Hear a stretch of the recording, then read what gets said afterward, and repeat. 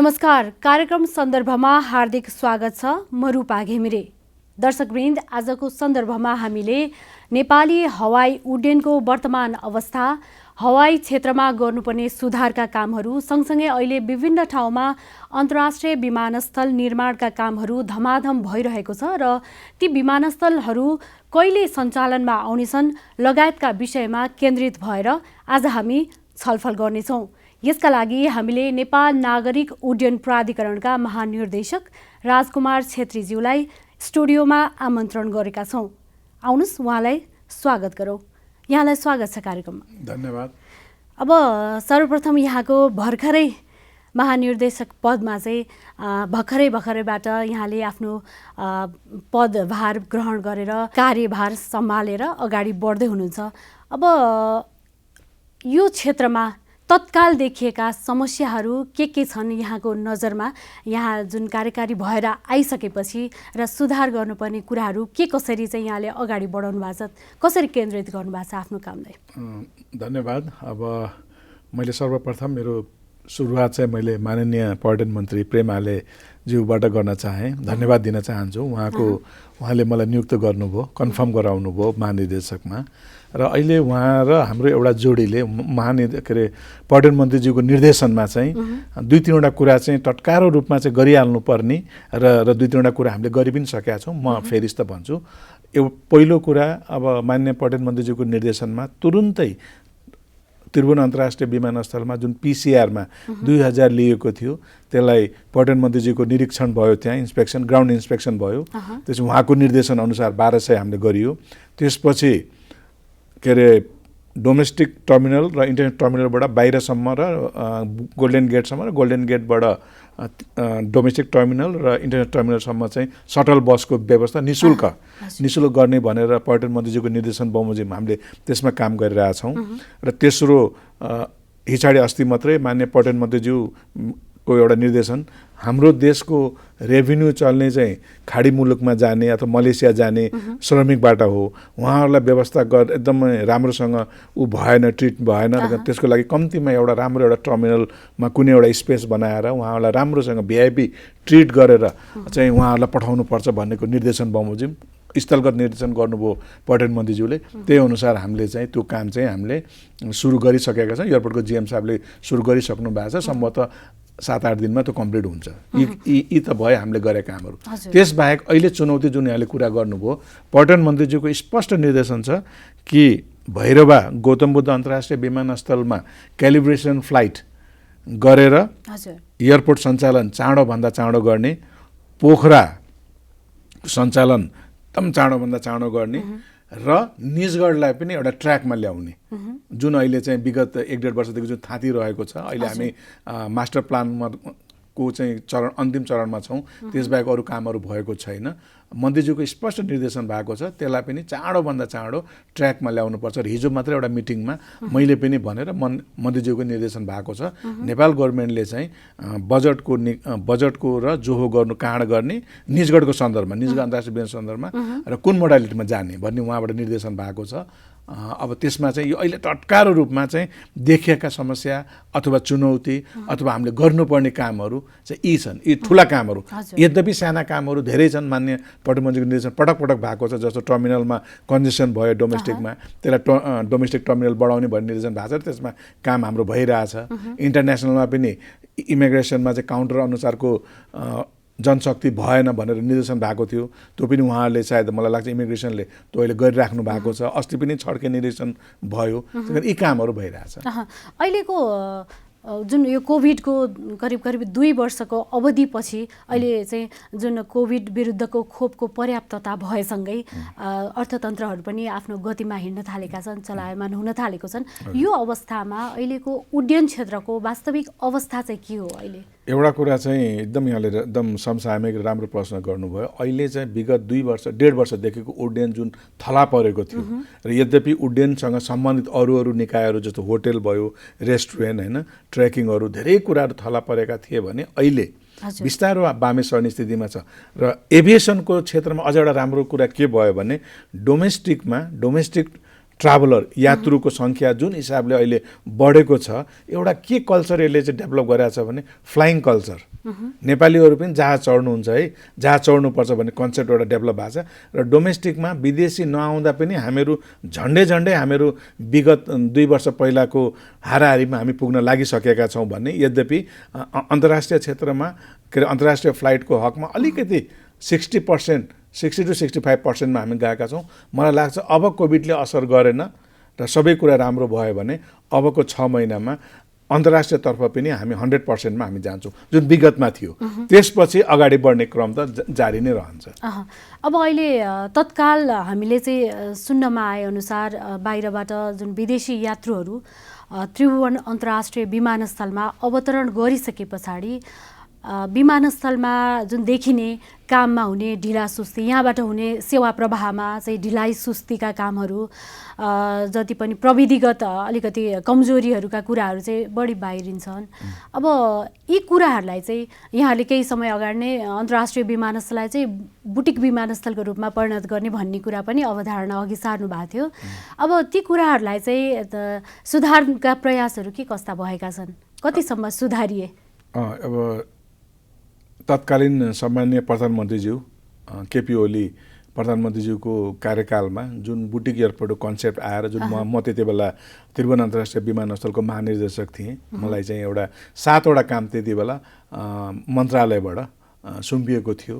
7वटा काममध्ये 4वटा काम मैले सबै अहिले फेरि त भन्न म चाहन्न, 4वटा काम मैले समाप्त गरेको थिएँ। यद्यपि ती साना थिए र 3वटा ठुलो काम जसो domestic terminal renovation, international terminal renovation र अहिले जुन एयरपोर्टमा क्यानोपीको जुन काम भइरहेछ, 6वटा काम सिद्धिसक्यो। अब खालि एउटा क्यानोपीको काम 60% सिद्धिसकेको छ, जुन यहाँले देख्नु होला अन्तर्राष्ट्रिय टर्मिनलको बाहिरपट्टि जुन हामीले चाहिँ ठाउँ बढाएर क्यानोपी स्टाइलले बनाउँदैछौँ र अगाडिपट्टि फाउन्टेनलाई फेरि रिनोभेट गर्दैछौँ, त्यो काम मात्रै बाँकी छ। यद्यपि त्यो नै सम्पूर्ण चाहिँ ब्युटीको चाहिँ कन्सेप्ट होइन, त्यसमा अरू पनि कामहरू छ। तर त्यति बेला दिएका 7वटा म्यान्डेटको काम मलाई लाग्छ अबको 4 महिनामा कम्प्लिट हुन्छ, पहिलो कुरा। दोस्रो कुरा चाहिँ कोभिडको र अहिले जुन चाहिँ अहिले अव्यवस्थित भनेर जुन यहाँले भन्नुभयो, केही अवस्थित विगतमा थिए, केही सुधारिएका छन् र केही हामी सुधार्ने क्रममा छौँ। के कुराहरू चाहिँ सुधारिए? जस्तो मलाई भन्छु, पहिला एराइभल र डिपार्चर, हजुरको चाहिँ कुनै पनि संसारमा कहीँ पनि एराइभल प्यासेन्जर र डिपार्चर प्यासेन्जर मिक्स हुनु हुँदैन बाहिर निस्केपछि। त्यो हामी कहाँ त्यो समस्या थियो। हामी कहाँ यहाँलाई हेक्का होला, डिपार्चर प्यासेन्जर पनि त्यहीँ उभिनुहुन्थ्यो, एराइभलबाट आएपछि पनि उहाँहरू मिक्स म्याच हुन्थ्यो। अब त्यो छैन। अब किन छैन भने अब हामीले एराइभलको छुट्टै टर्मिनल हामीले बनाइसक्यौँ। अब तपाईँको एराइभलको प्यासेन्जर एकैचोटि तल पार्किङमा आउनुहुन्छ भने डिपार्चरको प्यासेन्जरको उहाँको कुनै कन्टामिनेसन हुँदैन, पहिलो कुरा। दोस्रो कुरा, हिजो त्यही टर्मिनलले डिपार्चर र त्यही टर्मिनलले एराइभल प्यासेन्जर ह्यान्डल गर्दाखेरि कन्जेसनको समस्या थियो भने अहिले एराइभलको हामीले निकासै छुट्टै बनाएको छ। कस्टम पछि हाम्रो छुट्टै अहिले जुन प्राइभेट पार्टीसँग हामीले एग्रिमेन्ट 30 वर्ष एग्रिमेन्ट गरेर दिएका छौँ, छुट्टै बनेको छ र त्यो लुक्स पनि विदेशी लुक्स चाहिँ भएकोले धेरैले यसमा प्रशंसा गर्नुभएको छ। तेस्रो कुरा, पार्किङ कन्जेसन थियो माथि, त्यही डिपार्चरको अगाडिपट्टि जुन पार्किङ छ त्यहाँ एराइभलको पनि त्यही, डिपार्चरको पनि सबै त्यहीँ राख्दाखेरि एकदमै मिसमास भएको थियो भने अहिले पार्किङ पनि छुट्टै भयो, यहाँले देखिराख्नु भएको छ। यी कुराहरू व्यवस्थित हुँदै गएका छन् त्रिभुवन अन्तर्राष्ट्रिय विमानस्थलको हकमा। र मैले अर्को कुरा एउटा जोड्न चाहेँ, माननीय मन्त्रीज्यूले अहिले त्रिभुवन अन्तर्राष्ट्रिय विमानस्थलमा एडिबीको लोनमा फन्डिङमा चाहिँ टर्मिनल बनाउने एउटा कन्सेप्ट जुन विगतबाट मास्टर प्लान अन्तर्गत जुन अहिले भइरहेछ, त्यसलाई चाहिँ एकदम छिटोभन्दा छिटो त्यसलाई सुरुवात गर्नु पर्यो भनेर पटकको निर्देशन भएको छ। त्यस विषयमा अस्ति मिटिङ पनि भएको थियो र अब फेरि मिटिङ अब यो मलाई लाग्छ 17 तारिक हामी परराष्ट्र मन्त्रालय, सिभिल एभिएसन, पर्यटन मन्त्रालय मन्त्रीज्यूहरूको उपस्थितिमा एडिबीसँग एउटा मिटिङ हुँदैछ। मलाई लाग्छ अबको चाँडोभन्दा चाँडो, अब चाँडो कति त मैले समय भन्न सक्दिनँ, तर इन्टरनेसनल टर्मिनलको कन्सेप्ट जुन हामीले मास्टर प्लानमा राखेका छौँ त्यसले पनि एउटा कार्यान्वयन रूप लिन्छ जस्तो मलाई लाग्छ। हजुर, अब अहिले अर्को कुरा पनि के छ भने विमानस्थलमा जुन उडानको जुन समय हुन्छ त्यो समयको दोब्बर जस्तो चाहिँ लगेजै लिनलाई र विमानस्थलबाट बाहिरिन नै त्यति नै समय लाग्ने भन्ने कुराहरू पनि छ। लगेज लिनलाई नै मेन समस्या हुने, यता फाल्दैछ उता फाल्दैछ, थुप्राइदिएछ, कहाँ खोज्न पनि झन्झटिलो छ भन्ने छ। अब त्यसलाई सुधारको लागि चाहिँ यहाँले अब एउटा कुरा चाहिँ के छ भने वास्तवमा हेर्नुहोस्, मैले एउटा तपाईँको लोकप्रिय टेलिभिजन मार्फत पनि भन्न चाहन्छु, यो सबै निकाय चाहिँ अब सिभिल एभिएसनको अन्तर्गतको भएको भए यसलाई हामीले तत्काल नै हामीले कार्यान्वयनमा ल्याइसक्थ्यौँ। त्यहाँ धेरै निकायसँग सम्बन्धित यो रिलेटेड कुराहरू हो। जस्तो यहाँलाई भनौँ, इमिग्रेसन गृह मन्त्रालय अन्तर्गत पर्छ भने सेक्युरिटी गृह मन्त्रालय अन्तर्गत पर्छ, कस्टम अर्थ मन्त्रालय अन्तर्गत पर्छ, लेबर डेस्क श्रम मन्त्रालय अन्तर्गत पर्छ। सबै निकायको समन्वय गरेर जाँदाखेरि केही समस्या रहेको छ। जुन यहाँले अहिले भन्नुभयो कि लगेजहरू चाहिँ जहाजको फ्लाइट टावर 2 घन्टा छ भने 2 घन्टै लगेज लिन कुर्नुपर्छ, केही समस्या रहेका थिए, यद्यपि त्यो निराकरण हुँदैछ। दोस्रो कुरा, अब हामीले चारवटा अहिले हाम्रो कन्भेयर बेल्ट जुन एराइभलमा पेसेन्जर आइसकेपछि जुन त्यसलाई चाहिँ हामीले त्यो कन्भेयर बेल्टमा हाल्छौँ, त्यो 4वटा थियो भने अब 2टा हामी थप्दैछौँ। त्यो निकट भविष्यमा त्यो सञ्चालनमा आउँछ। 6वटा भइसकेपछि केही कन्डिसन कम हुन्छ। प्लस म अर्को कुरा एउटा तपाईँको टेलिभिजन मार्फत भन्न चाहन्छु, त्यहाँ अरू कार्यरत निकायले पनि आफ्नो जिम्मेवारी राम्रोसँग गर्नु पर्यो। यो खालि सिभिल एभिएसनको मात्रै दायित्व होइन। जस्तो जहाजबाट सामान लोड गर्ने जिम्मेवारी एयरलाइन्सको हुन्छ, उहाँले ल्याएर एक्सरेमा हालिदिनुहुन्छ, एक्सरेमा चेक गर्ने जिम्मेवारी कस्टमको हुन्छ। त्यही कारण ती सबै निकायले आफ्नो काम राम्रोसँग गर्नु पर्यो। त्यो भयो भने समस्या रहन्न। तर पनि यहाँले जुन अहिले समस्या उठाउनु भएको छ, म जिएम साहबसित कुरा गर्छु। अब नेपालको आकाशलाई अझै पनि अन्तर्राष्ट्रिय समुदायले हेर्दाखेरिमा अझै पनि विश्वसनीय मानिसकेको अवस्था छैन। इकाओको कालो सूचीबाट त लगभग केही समय अगाडिबाट यो बाहिर निकाल्न सक्यौँ हामीले, तर पनि युरोपियली युनियनको ब्ल्याकलिस्टबाट चाहिँ अझै पनि निकाल्न सकेका छैनौँ हामीले। अब यो कहिलेसम्म सकिन्छ? हामीले के छ, प्रयासका कामहरू के भइरहेछन्? अब एउटा कुरा के छ भने मैले भन्न चाहेँ, युरोपियन युनियनले सेफ्टी लिस्ट भन्छ त्यसलाई, सेफ्टी लिस्टमा राखेको कारण चाहिँ हाम्रो आकाश असुरक्षित भयो भनेर देखिन्छ, तर वास्तविकता त्यो नहुन पनि सक्छ, पहिलो कुरा।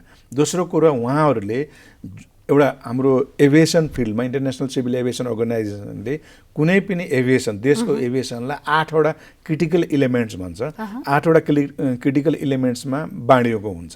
त्यसमा लेजिस्लेसन पर्छ, अर्गनाइजेसन पर्छ, पाइलट लाइसेन्सिङ पर्छ, होइन, त्यसमा एयरक्राफ्ट इन्स्टिट्युसन कमिटीको कुराहरू आउँछ, धेरै कुराहरू छ। अब 8वटामा हामी 6वटामा वर्ल्ड एभरेज लेभल 60% हो भने हामी 67 लेभलमा पुगिसकेका छ, पर्सेन्टेजमा छौँ भनेपछि हामी त्यहाँबाट हामी माथि छौँ। दोस्रो कुरा अर्को कुरा म एउटा भन्न चाहेँ, सेफ्टी लिस्टमा राखेको थाइल्यान्डको जहाज थाई एयरलाइन्स चाहिँ युरोप जान मिल्ने, अनि सेफ्टी लिस्टमा राखेको नेपालको जहाज चाहिँ हाम्रो नेसनल केरियर चाहिँ बाहिर जान नमिल्ने, दोहोरो मापदण्ड हुन्छ, पहिलो कुरा। दोस्रो कुरो, उहाँहरूले के भन्नुभएको छ भने भन्नुभएको त्यति बेला भने तपाईँका हेलिकप्टर एक्सिडेन्ट धेरै भयो, मान्छेको धेरै मृत्यु भयो। विगत 3-3.5 वर्षदेखि त कुनै एक्सिडेन्ट हामी कहाँ छैन, धेरै सुधार भएको छ। अब अप्रिल 3rd विकमा जुन अहिले एउटा युसुफ भन्छ हाम्रो युनिभर्सल सेफ्टी अडिट प्रोग्राम हुँदैछ, युको प्राविधिक जनशक्तिहरू आएर यहाँ गर्नुहुन्छ। त्यसले टेक्निकल पनि हेर्नुहुन्छ, ग्राउन्ड बेस हेर्नुहुन्छ, हाम्रो डकुमेन्टहरू हेर्नुहुन्छ, प्र्याक्टिकली हेर्नुहुन्छ। मलाई जहाँसम्म लाग्छ अप्रिल 3rd विकबाट 1 हप्ता 10 दिनको त्यो अडिट प्रोग्राम छ हामी कहाँ। त्यसपछि उहाँहरूले हामीलाई सेफ्टी लिस्टबाट हटाउनुहुन्छ जस्तो मलाई लाग्छ। र त्यसमा हामीले, मभन्दा विगतको महानिर्देशकज्यूले पनि र मैले पनि त्यसमा कमिटी बनाएर, वर्किङ कमिटी, स्टियरिङ कमिटी बनाएर हामीले मेन पावर डिपोर्ट गरेर एक्सपर्टहरूलाई हामीले काम सुरु गरिसकेका छौँ। अब कुनै बाह्य कुराले रोकेन भने र उहाँहरूले फेयर जजमेन्ट गर्नुभयो भने मलाई लाग्छ अब उहाँहरूले सेफ्टी लिस्टबाट हामीलाई हटाउनुहुन्छ भनेपछि नतिजा सकारात्मक आउँछ। अब अहिले तत्काल चाहिँ जस्तो गौतम बुद्ध अन्तर्राष्ट्रिय विमानस्थल, पोखरा अन्तर्राष्ट्रिय विमानस्थल चाहिँ को कामहरू द्रुत गतिमा अगाडि बढिरहेछ। अब यी अन्तर्राष्ट्रिय विमानस्थलहरूमा जुन क्यालिब्रेसन फ्लाइटका कुराहरू आइरहेको थिए केही अगाडि, कहिले त्यो क्यालिब्रेसन फ्लाइट कहिले हुन्छ? अब पूर्ण रूपमा चाहिँ कहिले चाहिँ सञ्चालनमा आउँछ? एकदम संस्थामा आज बिहान पनि यही विषयमा म मिटिङ गरेर यहाँ आउँदैछु। माननीय मन्त्रीज्यूको पर्यटन मन्त्रीज्यूको एकदम स्पष्ट निर्देशन छ, जति सक्दो छिटो गौतम बुद्ध विमानस्थलको क्यालिब्रेसन फ्लाइट गरेर र अरू प्रक्रिया गरेर एयरपोर्ट सञ्चालन गर्ने, पोखराको केसमा पनि छिटोभन्दा छिटो सञ्चालन गर्ने र भैरवाको केसमा गौतम बुद्ध अन्तर्राष्ट्रिय विमानस्थल केसमा एरोथाईसँग जुन विगत 5 वर्ष पहिला हाम्रो गौरव आयोजनाले जुन एग्रिमेन्ट गर्नुभएको थियो, हामीले पैसा पनि बुझाइसकेका छौँ क्यालिब्रेसन फ्लाइट सम्बन्धी सबै प्याकेजको। उहाँहरूले पहिला कोभिडको कारणले हामीलाई ढिलो गराइदिनु भयो र हामी आउँदैनौँ भन्नुभएको थियो, तर अहिले आएर उहाँहरूले हामीले फ्लाइट गर्छौँ, क्यालिब्रेसन फ्लाइट गर्छौँ, तपाईँले अरू चाहिँ कुराहरू चाहिँ मिलाउनुहोस् त्यहाँको भनेर भन्नुभएको छ। मैले एउटा टिम नै गठन गरिदिएको छु, राष्ट्रिय गौरव आयोजनाका प्राविधिक जनशक्ति र हाम्रो सिएनएस भन्छ, सिएनएस हाम्रो जनशक्तिहरूको एउटा टिम छ, उहाँहरू यसमा लागिराख्नु भएको छ। एरोथाईलाई ले चाहिँ 3 दिनभित्र चाहिँ हामीलाई चाहिँ के डकुमेन्ट मागेको छ, हामीले 3 दिनभित्र उहाँलाई उपलब्ध गराउँछौँ भनेका छौँ र आज पनि अहिले भर्खरै पनि मिटिङमा मैले इन्जिनियर साहबलाई भनेको छु 3 दिनभित्रै डकुमेन्टहरू कलेक्सन गरेर एरोथाईलाई पठाएर जति सक्दो चाँडो, म डेटै त अहिले भन्न चाहन्न, भन्न सक्दिनँ, तर जति सक्दो चाँडो क्यालिब्रेसन फ्लाइट गरेर त्यसपछि हामी टेस्ट फ्लाइट गर्छौँ। टेस्ट फ्लाइट पछि 3 महिनाभित्र हाम्रो आन्तरिक जुन प्रक्रियाहरू हुन्छ, जस्तो इकाउलाई हामीले पठाउनु पर्ने हुन्छ, हाम्रो एआइपी भन्छ एरोनोटिकल इन्फर्मेसन पब्लिकेसन, त्यहाँ सबै कुरा मेन्सन गर्नुपर्ने हुन्छ हैन। त्यसपछि सेड्युलको लागि हामीले रिक्वेस्ट गर्नुपर्ने हुन्छ। यी प्रक्रिया हामीले कम्प्लिट गर्छौँ। सक्दो मान्य मन्त्रीज्यूको पटक पटकको निर्देशन यही छ, सक्दो चाँडोभन्दा चाँडो हामी गौतम बुद्ध विमानस्थललाई हामी सञ्चालनमा ल्याउँछौँ। अब नेपाली आकाशमै पनि हवाई उडानका विषयमा बेला बेला विभिन्न समाचार आउँछन्, प्रविधिगत त्रुटिका कुराहरू। अब यस्ता कुराहरूलाई चाहिँ साइडमा राखेर टोटल्ली सुरक्षित छ है हाम्रो आकाश भन्ने बनाउनलाई प्रविधिगत अब तालिम वाइज पनि कर्मचारीहरूलाई त्यो हिसाबले चाहिँ कतिको सशक्त बनाउनु भएको छ? मैले एउटा कुरा यहाँलाई भन्न चाहेँ। अब मेरो 34 वर्षको एभिएसनको इतिहास छ, म 34 वर्ष भयो यो लाइनमा म छिरेको। विगत भन्दा अहिले धेरै चेन्ज भएको छ। यद्यपि हामी 100% भयौँ म भन्न चाहन्न, वर्ल्डमा कहीँ पनि हुँदैन, अमेरिकामा पनि छैन, जबकि हामी एकदम डेभलप कन्ट्री भन्छौँ, त्यहाँ पनि छैन, तर विगत भन्दा धेरै राम्रो भएको छ। मैले एउटा भनौँ, अहिले पनि संसारमा सेफेस्ट ट्रान्सपोर्ट मोड भनेको, ट्रान्सपोर्ट मोड कुन हो भनेको एयरलाइन्स एभिएसनलाई नै भन्छ। त्यसमा पनि हाम्रो विगतमा मैले भन्न चाहेँ, हे भगवान् यो कहिले यस्तो नहोस्, 3-4 वर्षदेखि कुनै एक्सिडेन्ट छैन। यो त एउटा राम्रो सूचक हो नि।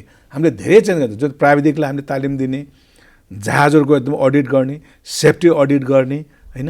टाइमली हाम्रो अब जस्तो रेडार थिएन आजबाट 20 वर्ष 25 वर्ष पहिला, अहिले हाम्रो प्राइमेरी हैन सेकेन्डरी रेडार आइसकेको छ। एडिएसबी भन्ने एउटा हुन्छ इक्विपमेन्ट, त्यो थिएन, त्यो हामीले ठाउँ ठाउँमा लगाइसकेका छौँ। धेरै एयरपोर्टमा नाइट फेसिलिटी लाइटहरू लगाइसकेका छौँ।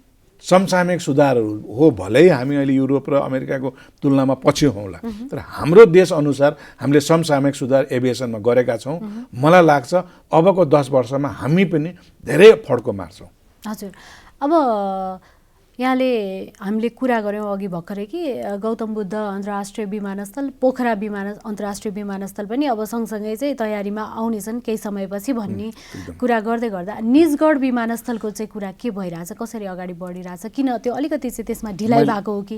मैले यसमा चाहिँ हजुरको कुरामा एउटा सानो कुरा मैले जोड्न चाहेँ। पोखरा अन्तर्राष्ट्रिय विमानस्थल, जसलाई क्षेत्रीय अन्तर्राष्ट्रिय विमानस्थल हामी भन्छौँ, हाम्रो पट्टिको कामै मैले पुनः म दोहोऱ्याएँ, हाम्रो पट्टिको काम, सिभिल एभिएसन पट्टिको काम चाहिँ हामी आफ्नो रफ्तारमा गइरहेछौँ। अब हामीलाई 2टा कुराले त्यहाँ रोकेको छ, 3टा कुराले भनौँ न। एउटा रिठे पानीको डाँडा भनेको जुन जहाज ल्यान्ड गर्दाखेरि एप्रोचमा पर्ने, त्यो वन मन्त्रालय अन्तर्गतको हो, त्यो EIA भन्छ, इन्भाइरोमेन्टल इम्प्याक्ट एसेस नगरेकोले त्यो रोकिरहेछ, त्यो उहाँले चाँडो गरिदिनु पर्यो।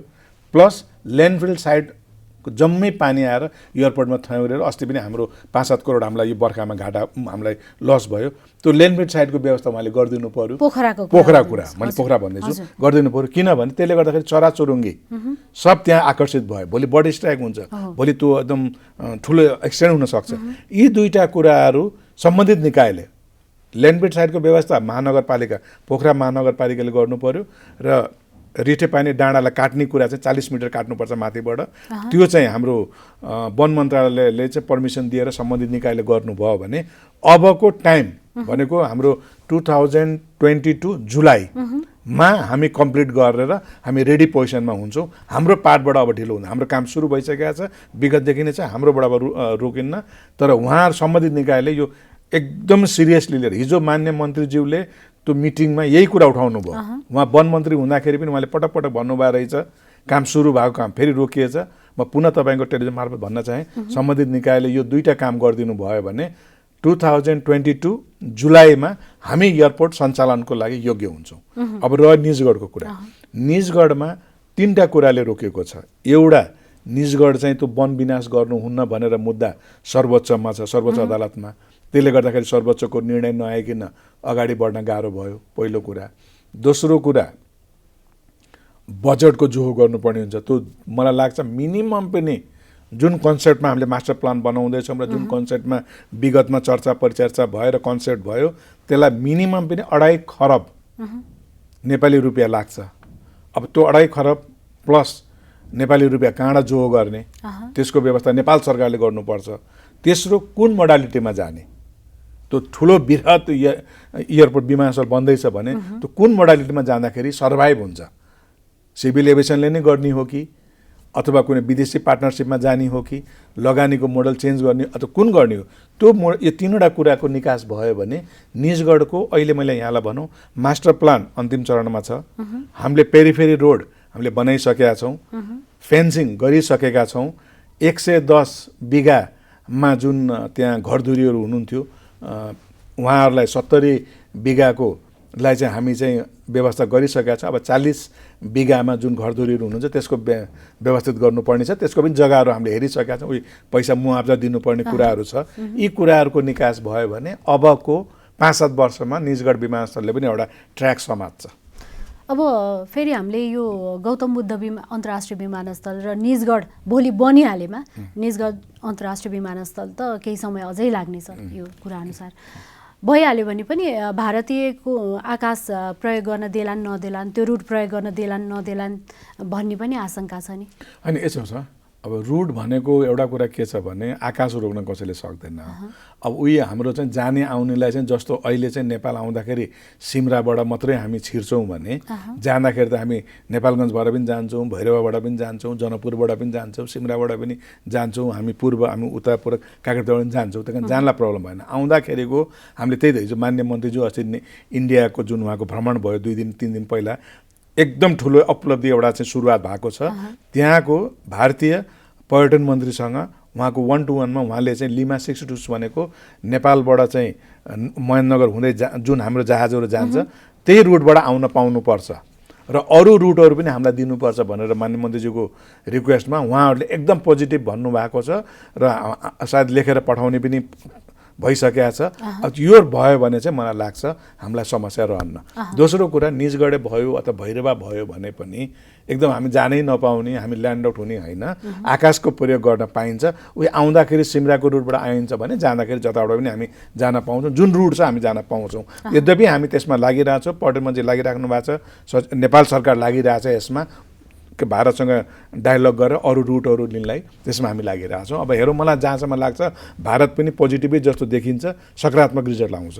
हजुर, अब यहाँले अघि पनि भन्नुभयो जुन पर्यटन मन्त्रीको निर्देशनमा सटल बसहरू हामीले सञ्चालनमा ल्याछौँ भनेर, अब त्यो कतिको प्रभावकारी भएको छ? जस्तो अन्तर्राष्ट्रिय विमानस्थलको मुखैमा चाहिँ ट्याक्सी व्यवसायीहरूले चाहिँ ती विदेशी पर्यटक अथवा स्वदेशी नै पर्यटकहरूलाई पनि एकदमै चाहिँ हरासमेन्ट गर्ने कुराहरू आइराख्दाखेरिमा अब त्यो सटल बस जुन सञ्चालनमा आएकोले कतिको सुविधा दिइरहेछ, त्यो कतिको प्रभावकारी भइरहेछ? मैले एउटा कुरा क्लियर गर्न चाहेँ, सटल बसको कन्सेप्ट भएको छ, काम सुरु भएको छ, आइसकेका छैन।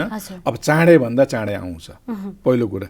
यहाँले जुन अहिले प्रश्न गर्नु सोध्नुभयो त्यसैको निकासको लागि सटल बसको व्यवस्था पर्यटन मन्त्रीज्यूबाट भएको हो निर्देशनमा।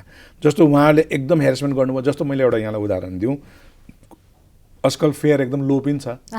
2000 मा जनकपुरबाट काठमाडौँ आउनुभयो उहाँ, अनि काठमाडौँमा कहीँ जानलाई चाहिँ उहाँ बस त छैन, गोल्डन गेट जानलाई पनि उस्तो 500-2000 भनिदिने वातावरण छ। र दोस्रो कुरो, त्यहाँसम्म कोही पनि जान्दैन। त्यत्रो ठुलो लगेज लिएर उहाँहरू घिसारेर गोल्डन गेटसम्म गएर बस कुर्नुपर्छ। कम्तीमा उहाँहरू गोल्डन गेटसम्म उहाँहरूलाई हामीले पुर्याइदियौँ भने उहाँलाई अप्सन धेरै हुन्छ। बसको अप्सन हुन्छ, ट्याक्सीको मोनोपोली हुँदैन, सुविस्ता हुन्छ भनेर पर्यटन मन्त्रीको निर्देशनमा काम सुरु भइसकेको छ विगत 3-4 दिनदेखि नै। अब 3-4 दिनदेखि 5 दिनमा मलाई लाग्छ त्यो सटल बस सुरु हुन्छ, यसले राम्रो रिजल्ट ल्याउँछ। यो फेरि एउटा कुरा के हो भने यो एकदम कतिवटा छन् त्यो सटल बस? हामीले अहिले 2टाबाट सुरु गरेका छौँ, गर्छौँ र 2टा हामी किन्ने के अरे हामी प्रोसेसमा छौँ। 4वटाको रिजल्ट हेरिसकेपछि फेरि थप्न पर्छ भने पर्यटन मन्त्रीको निर्देशन छ, फेरि पनि हामी थप्छौँ। त्यसको भाडा चाहिँ कसरी? भाडा निशुल्क त्यो सिभिल एभिएसनले नै त्यो फ्री गर्छ, त्यो कुनै के भाडा तिर्नु पर्दैन। गोल्डन गेटबाट माथिसम्म जाने, माथिबाट तलसम्म आउने निशुल्क। भनेपछि गोल्डन गेट जुन चाहिँ चक्रपथको जुन रिङ रोडसम्म आउने चाहिँ व्यवस्था हुनेछ त्यो बसबाट? हजुर, त्यो एराइभल जुन अहिले हामी छिर्छौँ, हजुर, त्यो एराइभल मूल गेट भन्दा अलि यतापट्टि भनौँ न, एराइभल गोल्डन गेट भन्दा अलि यतापट्टि जुन अहिले हामी एराइभल पार्किङमा छिर्छौँ त्यहाँसम्म हामी ल्याउने र त्यहाँबाट लाने हामी व्यवस्था गर्छौँ। अब विमानस्थलको सुधारका कुराहरूमै केन्द्रित भएर कुरा गर्दा, जस्तो अन्य अमेरिकन युरोपियन कन्ट्रीको तुलनामा त हामी अहिले नै नसकौँला, तथापि साउथ एसियन कन्ट्रीकै एयरपोर्टकै तुलनामा जान पनि हाम्रो देशको जुन विमानस्थल छ त्यसलाई त्यो स्थितिमा पुर्याउनलाई कुन दरमा चाहिँ, कुन स्तरमा चाहिँ काम हामीले गर्दाखेरिमा कस्ता कस्ता प्रविधिहरू ल्याएर गर्दाखेरिमा चाहिँ त्यो स्थानमा पुर्याउन सकिएला? अनि के लाग्छ? एकदमै यसको छोटकरीमा जवाब दिन्छु र एकदम सस्तो जवाब दिन्छु। सबभन्दा पहिला हाम्रो जुन चिनारी छ त्यसलाई हामीले मेट्नु हुँदैन। नेपालको जुन टर्मिनल छ, जुन त्यसको कलात्मक छ, त्यसलाई मेन्टेन गर्नुपर्छ। त्यो भनेर फेरि एकदम तपाईँको के अरे रेस्टरुम 4 यस्तो भने आएन, भएकोलाई म्यानेज गरिदिउँ, राम्रो मुस्कानले स्वागत गरिदिउँ, कलात्मक सुन्दरता चाहिँ नमेटियोस् कि नेपाल आउने नै उहाँ त्यसको लागि हो। ठुलो चिल्लो बाटो, ठुला महल, ठुला गाडी, ठुला पार्क त उनीकै देशमा छ नि। हामी कहाँ आउने त यो एकदम भौगोलिक कुरा, एकदम सुन्दरता हेर्नलाई, ऐतिहासिक सुन्दरता हेर्नलाई, बुटिक जुन एउटा कन्सेप्ट आयो त्यो हेर्न, त्यही मात्रै हामीले मेन्टेन गरिदिउँ। प्लस उहाँहरूलाई राम्रो मुस्कानले स्वागत गरिदिउँ, राम्रो बिहेभ गरिदिउँ भने मलाई लाग्छ अरू हामीले केही गर्नु पर्दैन। यद्यपि समसामयिक सुधार गर्नै पर्छ, त्यसमा हामी गर्दैछौँ। अबको म यहाँलाई पुनः दोहोऱ्याएँ, अबको 10 वर्षमा सिभिल एभिएसनले चाहिँ फड्को नै मार्छ। मलाई लाग्दैन नेपालमा अरू प्राइभेट बाहेक सरकारी कुनै निकायले एभिएसन जतिको फड्को मारोस्, मलाई त्यस्तो लाग्दैन। जस्तो यहाँलाई म उदाहरण दिउँ, म अस्ति पोखरा विमानस्थल हेरेर, अन्तर्राष्ट्रिय विमानस्थल सामान्य प्रधानमन्त्रीजीको निरीक्षण थियो, त्यसपछि पनि म गएँ। एकदम सुन्दर छ। हाम्रो देशको जुन हाम्रो रेभिन्यू छ, जुन हाम्रो सुन्दरता छ, त्यसलाई मेन्टेन गरेको छ। त्यो हामीले राम्रोसँग म्यानेज गर्न पायौँ। भैरवालाई केही हामी सुन्दर बनाएर म्यानेज गर्न पायौँ। के अरे अहिले विराटनगरमा नयाँ टर्मिनल बन्दैछ, नेपालगञ्जमा बन्दैछ, धनगढीमा बनाउने क्रममा छौँ हामी, काठमाडौँमा बन्दैछ, मैले भने अब बन्ने क्रममा छ भने अबको 10 वर्षमा सरकारी संस्थामा, म पुनः दोहोऱ्याएँ, सरकारी संस्थामा सिभिल एभिएसनले गरेको प्रगति चाहिँ मलाई लाग्छ जिब्रो टोक्ने लायकै हुन्छ। अब करिब हामी कार्यक्रमको अन्तिममा छौँ। अहिले भर्खरै केही महिना अगाडि चाहिँ नागरिक उड्डयन प्राधिकरणभित्रै पनि यो चाहिँ एउटा चाहिँ हवाई सेवा प्राधिकरण र नागरिक उड्डयन प्राधिकरण 2 भागमा बाँडिँदाखेरिमा केही कर्मचारीहरू आन्दोलनमा पनि उत्रिए। अब यसलाई फेरि निजीकरण यसो गर्न लागि भन्ने किसिमको जुन चाहिँ कर्मचारीहरूले आरोप लागे, एनएसी जस्तै बनाउन लागि कि भन्ने पनि प्रश्न गरे। अहिले त्यो के विवाद समाधान भएको हो? होइन, त्यो चाहिँ एकदम राम्रो प्रश्न गरौँ। एकदम यो अहिले सबै एकदम ज्वलन्त कर्मचारी वर्गमा यो एकदम सोधिने, बुझ्ने, चासोको विषयको प्रश्न हो यो। अब यसो छ, त्यो सेपरेसन गर्नुपर्छ भनेर जुन अघि सेफ्टी लिस्टको हामीले कुरा गऱ्यौँ, सेफ्टी लिस्टमा युरोपियन युनियनको यो पनि एउटा छ, तिमीहरूको रेगुलेटरी पार्ट र सर्भिस प्रोभाइडर एउटै भयो, सेफ्टीलाई तिमीले इन्हान्स गर्न सकेनौ, एयरलाइन्सलाई रेगुलेट गर्न सकेनौ, त्यही कारण सेपरेसन गर्दा राम्रो हुन्छ भनेर उहाँहरूले भन्नुभएको छ। त्यही अनुसार विधेयकहरू बनाएका छन् र राष्ट्रिय सभाबाट पास भएर प्रतिनिधि सभामा अहिले टेबल पनि भएको छ। यद्यपि मैले के भन्न चाहन्छु भने त्यो हामीले गर्नुपर्छ, ढिलो चाँडो त हुन्छ पनि, तर त्योभन्दा पहिला कर्मचारीका चासो के हुन् ती पनि हामीले सम्बोधन गर्नुपर्छ। किनभने ल हामीले सेपरेसन गऱ्यौँ अरे, नियामक र नियमन निकाय हामीले 2टा छुट्यायौँ अरे, सर्भिस प्रोभाइडर र रेगुलेटरी हामी अङ्ग्रेजीमा भनौँ, छुट्यायौँ अरे, तर कार्यान्वयन गर्ने बडी त कर्मचारी हो नि त। उहाँले राम्रोसँग कर्मचारीहरूले कार्यान्वयन गरिदिनु भएन भने त उहाँहरूले त त्यसको रिजल्ट राम्रो आउँदैन। उहाँहरूलाई हुनसक्छ के अरे हाम्रो वृद्धि विकास रोकिन्छ कि भन्ने उहाँहरूलाई डर होला। मोटिभेसन हुँदैन भन्ने डर होला, खाइपाएको सुविधा घट्छ कि भन्ने डर होला, र जागिरको कुनै सेक्युरिटी हुन्न कि भन्ने डर होला। यी कुरालाई निकास दिएर, यो पनि ठुलो कुरो पनि होइन, उहाँलाई राखेर राम्रोसँग छलफल गरेर अनि मैले अहिले चाहिँ अब जुन समितिमा हुनुहुन्छ, यो विधेयक जुन समितिमा छ अहिले, अन्तर्राष्ट्रिय समन्वय समितिमा, म तपाईँको टेलिभिजनमा भन्न चाहन्छु, मान्यज्यूहरूले एकचोटि हामीलाई सबलाई बोलाएर एकचोटि कम्तीमा 8-10 चोटि हामी छलफल गरौँ, के कुरा चाहिँ राख्दाखेरि अझ राम्रो हुन्छ त्यो गरौँ, त्यसपछि यसलाई पास गरौँ। त्यसपछि 2टा बडी हुन्छ, एउटा रेगुलेटरी हुन्छ, एउटा सर्भिस प्रोभाइडर हुन्छ।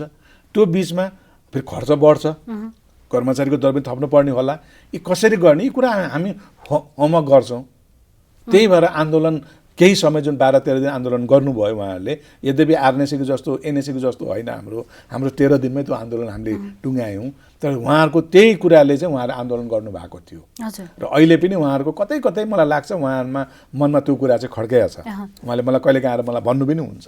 तर म के भन्छु भने, अब मेरो हातमा त अहिले छैन, विधेयक त प्रतिनिधि सभामा छ, मान्यज्यूहरूको हातमा छ होइन।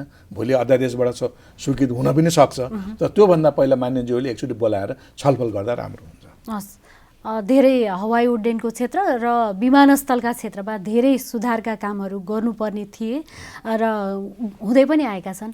यसको लागि यहाँलाई धेरै धेरै धन्यवाद र कार्यक्रममा आइदिनु भयो, आफ्ना कुराहरू राखिदिनु भयो, यसको लागि पनि आभार व्यक्त गर्छु। हस्, धन्यवाद। हजुरको लोकप्रिय टेलिभिजन मार्फत केही कुराहरू मलाई राख्ने मौका पाएँ, त्यसको लागि म तपाईँ लगायत तपाईँको टिमलाई धन्यवाद दिन चाहन्छु। हस्, धन्यवाद। दर्शकवृन्द, आज हामीले नेपालको हवाई उड्डयन क्षेत्रको वर्तमान अवस्था र विमानस्थलमा भइरहेका सुधारका प्रयासहरू, के कस्ता कमजोरी छन् र सुधारका कामहरू के कसरी अगाडि बढेका छन् भन्ने विषयमा नेपाल नागरिक उड्डयन प्राधिकरणका महानिर्देशक राजकुमार छेत्रीज्यूसँग कुराकानी गऱ्यौँ। अर्को साता फरक प्रसङ्ग र फरक अतिथिका साथ पुनः उपस्थित हुनेछु। त्यतिन्जेलसम्मलाई बिदा दिनुहोस्। नमस्ते।